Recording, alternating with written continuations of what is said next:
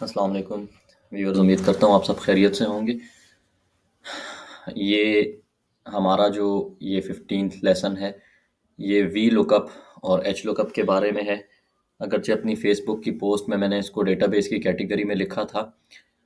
ये डेटाबेस के फंक्शंस तो नहीं हैं, लेकिन ये है कि इसको मैंने उस कैटेगरी में लिखा इसलिए था क्योंकि वहाँ पे जो हमने इससे एक वीडियो पहले जो डी गेट का फंक्शन किया था, तो जो डी गेट का फंक्शन है, जो डी गेट का काम है, उसका और इसका काम तकरीबन एक जैसा है।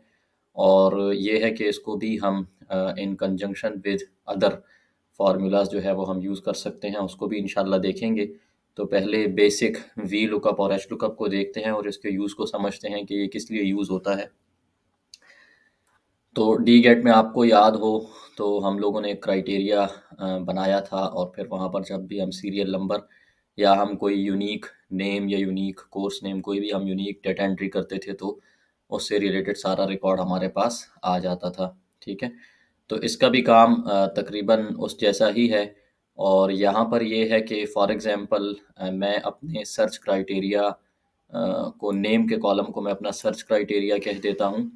और दूसरा जो क्राइटेरिया यानी मैं ये कहता हूँ कि मैं कोई भी नाम इनपुट करूँ तो उसके अगेंस्ट मुझे फॉर एग्ज़ाम्पल ऑब्टेन्ड मार्क्स मिल जाएँ, ठीक है? या उसके अगेंस्ट मुझे परसेंटेज मिल जाए या उसके अगेंस्ट मुझे ग्रेड मिल जाए।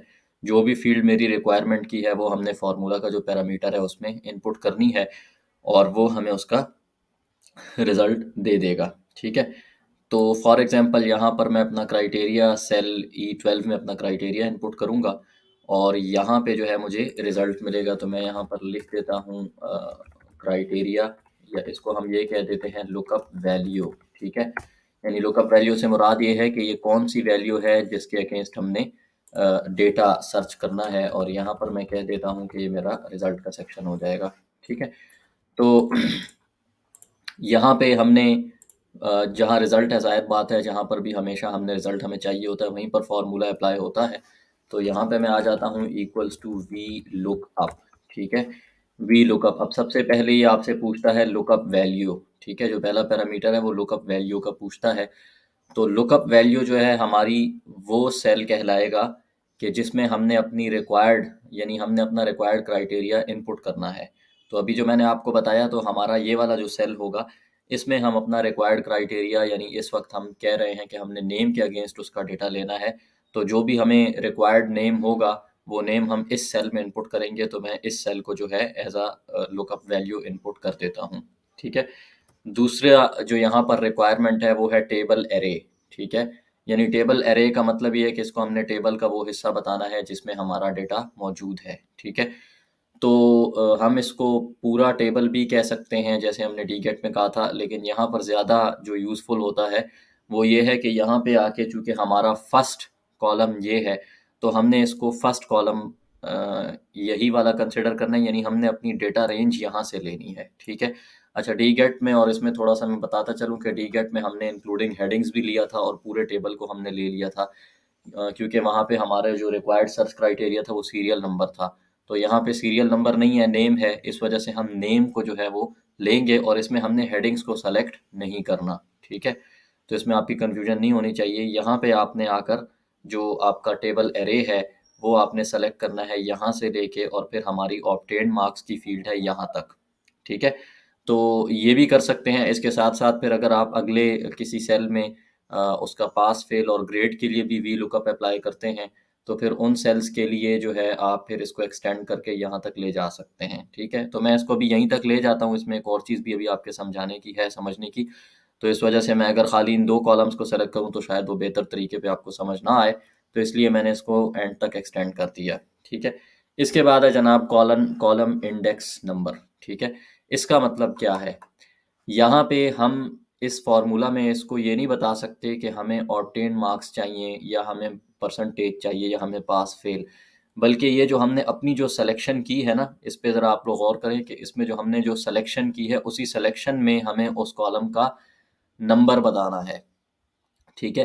फॉर एग्ज़ाम्पल वैसे तो अगर देखा जाए तो इस टेबल में कितने कॉलम्स हैं 1 2 3 4 5 6 7 और 8, ठीक है?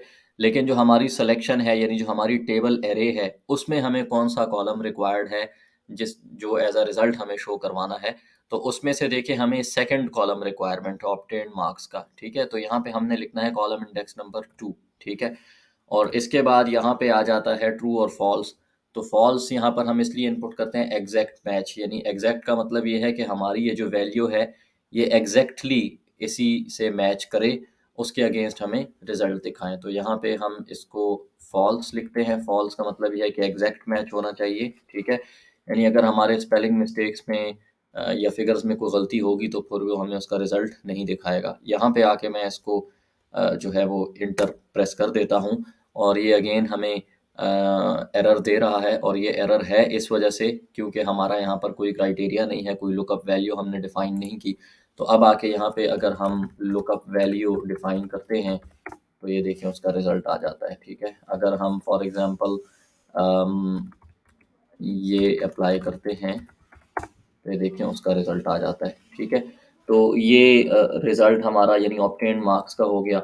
अब यहाँ पे अगर हमें फॉर एग्ज़ाम्पल पास फेल भी चाहिए साथ, तो हम कर सकते हैं इक्वल टू वी लुकअप। उस फॉर्मूले को भी आप आगे एक्सटेंड करके उस पे कंटेंट्स में चेंज कर सकते हैं, लेकिन मैं दोबारा अप्लाई कर देता हूँ और यहाँ पे मैं यही कॉलम इंडेक्स नंबर दोबारा से समझाना चाह रहा हूँ। तो लुकअप वैल्यू हमारी यही हो जाएगी, कॉमा टेबल एरे हमारी यहीं से स्टार्ट लेते हैं और यहाँ तक आ जाएगी, और यहाँ पे हमारा कॉलम इंडेक्स नंबर कौन सा होगा, 1 2 3 4 5 और 6। अगर हमने ग्रेड लेना है, सॉरी बल्कि ग्रेड नहीं, हम पास फेल को देखना चाह रहे हैं, तो हमारा कॉलम इंडेक्स नंबर 5 होगा, ठीक है। और अगेन यहाँ पे हम जो है वो फॉल्स लिखेंगे और इंटर प्रेस करेंगे, ठीक है। तो जैसे जैसे यहाँ पे हम वैल्यू को चेंज करते जाएंगे ये हमारे पास चेंज होता जाएगा, ठीक है। डी गेट में ये होता था कि डी गेट में जब आप रिपीटेड नेम्स लिखते थे तो वो एरर दे देता था, ठीक है। यहाँ पे चूंकि पॉल फॉली देखें हमारे पास दो जगहों पे है, तो यहाँ पे वो एरर तो नहीं दे रहा, लेकिन ये आपके जहन में हो कि फिर इनमें जो दो वैल्यूज़ जो रिपीटेड वैल्यूज़ होंगी, इनमें जो सबसे पहली वैल्यू होगी वो ये शो कराएगा। जैसे यहाँ पे देखिए अगर मैं इसके बजाय जॉन डेविड लिखता हूँ तो उसकी पहली वैल्यू ये 28 वाली वो शो करा रहा है, 28 वाली, ये 63 वाली वो शो नहीं करा रहा, ठीक है। तो ये तो हमारा वी लुकअप का फंक्शन था, और इसी वीडियो में साथ हम एच लुकअप भी देख लेते हैं। और एच लुकअप जो है वो बिल्कुल इसी ही वी लुकअप की तरह ही है।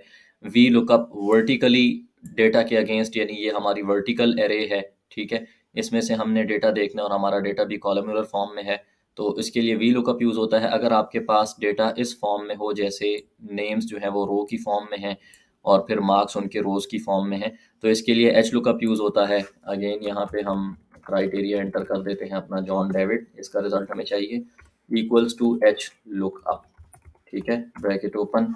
लुकअप वैल्यू ये हो जाएगी हमारे पास, ये वाला सेल, ठीक है। और टेबल एरे हमारे पास ये हो जाएगी, ठीक है। और इसके बाद यानी यहाँ पे हमारे पास जो रोज़ की शक्ल में हेडिंग का कॉलम है और फिर रोज़ की शक्ल में मार्क्स का कॉलम है। यहाँ पर आप लोगों के समझने के लिए मैंने इसको टाइटल्स भी दे दिए हैं, ठीक है। इसके बाद ब्रैकेट और रो इंडेक्स नंबर, यानी कौन सी रो का आपको रिजल्ट चाहिए, तो हमें सेकंड रो का रिजल्ट चाहिए, ठीक है। यानी हमारा जो रिजल्ट है रिक्वायर्ड वो सेकंड रो में है, और यहाँ पे अगेन हम फॉल्स लिख के इसको इंटर प्रेस करते हैं तो ये देखें 98 आ रहा है। और अगर हम यहाँ पे करते हैं फॉल फॉली तो ये देखें ये हमारे पास 89 आता है। अगर इसको मैं 56 कर दूँ तो हमारा रिजल्ट उसी तरीके से अपडेट होता रहता है, ठीक है। यहाँ पर ये 100 इसको मैंने चेंज किया, लेकिन हमारा यहाँ पर क्राइटेरिया इस वक्त पॉल फॉली है, तो इस वजह से उसने इसको यहाँ पे शो नहीं किया। अगर मैं इसको जॉन डेविड लिख दूंगा तो हमारा ये क्राइटेरिया सॉरी रिजल्ट अपडेट हो जाएगा, ठीक है। इस लेक्चर में इतना ही। इंशाल्लाह अगले लेक्चर में हमारा जो फार्मूला सीरीज था इसका लास्ट हम फंक्शन करेंगे, जो कि मैंने आप लोगों से कहा था कि थोड़ा सा टेक्निकल है, नेस्टेड इफ का फंक्शन। और यहाँ पे ग्रेड्स हमने मैनुअली लिखे हुए हैं, वहाँ पे हम अपनी ग्रेडिंग जो है वो उस नेस्टेड इफ फंक्शन के थ्रू करेंगे। और इसके बाद हम 2 से 3 या 4 वीडियोस मज़ीद हम कवर करेंगे, जो कि मैंने आप लोगों को काफ़ी स्टार्ट से कहा था कि हम लोगों ने फार्मूलाज़ के साथ साथ डेटा मॉडल पे भी काम करना है। तो इंशाल्लाह उसमें हम एक प्रोफेशनल बिजनेस इनवाइस बनाएंगे कि फार्मूलाज़ को यूज़ करते हुए बिजनेस इनवाइस कैसे बनती है। और एक हम जो है सिंपल सी इनकम स्टेटमेंट और बैलेंस शीट इनकम स्टेटमेंट हम बनाएंगे, ठीक है, जो प्रॉपर अकाउंटिंग में इनकम स्टेटमेंट होती है, ठीक है। और एक हम जो है वो एक बुक स्टोर कि प्रॉफ़िट एंड लॉस कैलकुलेशन, यानी वो जो इन्वेंट्री ख़रीदता है और फिर उसके बाद उसकी यानी परचेज़ और सेल होती है, उसके बाद जो उसका प्रॉफ़िट निकलता है, उसकी एक हम शीट इंशाल्लाह बनाएँगे। तो वो फिर हर एक अपनी-अपनी वीडियोज़ में मैं आप लोगों को बताऊँगा। और इसके साथ उम्मीद है इंशाल्लाह अगर आप लोगों को ये वीडियोज़, ये लेक्चर्स पसंद आए, तो वो आप लोगों की कमेंट्स में मुझे पता चल जाएगा। तो इंशाल्लाह हम चार्ट्स के ऊपर भी एक सेशन रखेंगे और चार्ट्स के ऊपर हम देखेंगे कि हमारी डेटा रिप्रेजेंटेशन कैसे होती है। उसके साथ हम स्लाइसर्स के ऊपर बात करेंगे। मौका हुआ तो इंशाल्लाह पिवट टेबल के ऊपर हम काफ़ी डिटेल एक लेसन बनाएँगे इंशाल्लाह। तब तक के लिए अल्लाह हाफ़िज़।